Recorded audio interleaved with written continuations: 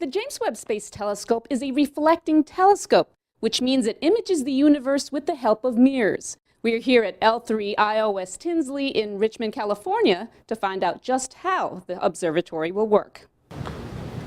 So I'd like to first show you one of our primary mirror segments, and before we get too close, we'll want to put our mask on to protect the optical surface. Okay.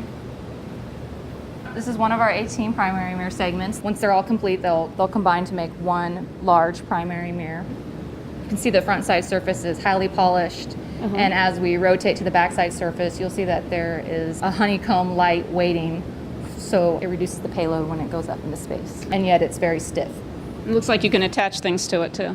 Yes, they bond more hardware on the backside surface, which makes it an even stronger structure, and that's the way it'll go up into space. There are several other mirrors that we're doing here for James Webb Space Telescope. We have a secondary mirror element, we have a tertiary mirror element, and we're also doing the fine steering mirror.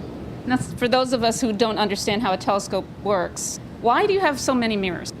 The light that comes from space is collected into the primary mirrors. Primary mirrors then take that light and image and bring it to the secondary mirror, which projects it to the tertiary mirror, and then that goes to the fine steering mirror, and then with fine steering mirror they're able to adjust it and move it around and get the images that they're looking for. Why all the bouncing around? Well, the mirrors work together to reduce the aperture size to a format that can fit on a camera that we can image. Now that we've seen the primary mirror, I'd love to show you the secondary mirror. So Andrea, what's going on here? We are performing a microscope inspection of the surface. What he's doing here is he's getting very close to the optical surface so that he can capture surface data, and then we can look at that later on. And you can see this one is unique compared to the other mirrors. This one is a convex hyperbola, whereas the primary mirror and the tertiary mirror are all concave. And there's only one of these? There's only one of these. So on the telescope, the light captured from the primary bounces onto this next, right? Yep, that's why they call it the secondary element. 2 switches I can pick 2. We also have the tertiary mirror, which is a concave ellipse.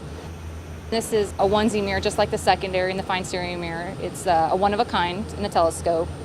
And with this mirror, we run through the same sort of rigorous testing that we do for the primary and the secondary mirror.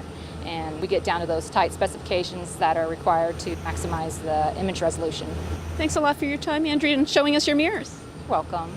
Andrea showed us a segment of the primary mirror, the secondary mirror, and the tertiary mirror. She wasn't able to show us the fine steering mirror. That's the mirror that keeps the beam of light collected by the telescope centered and stabilized. That's because that fine steering mirror is inside this thermal chamber, going through some extreme temperature changes to simulate the conditions of space. Thanks for joining us for another edition of Behind the Webb.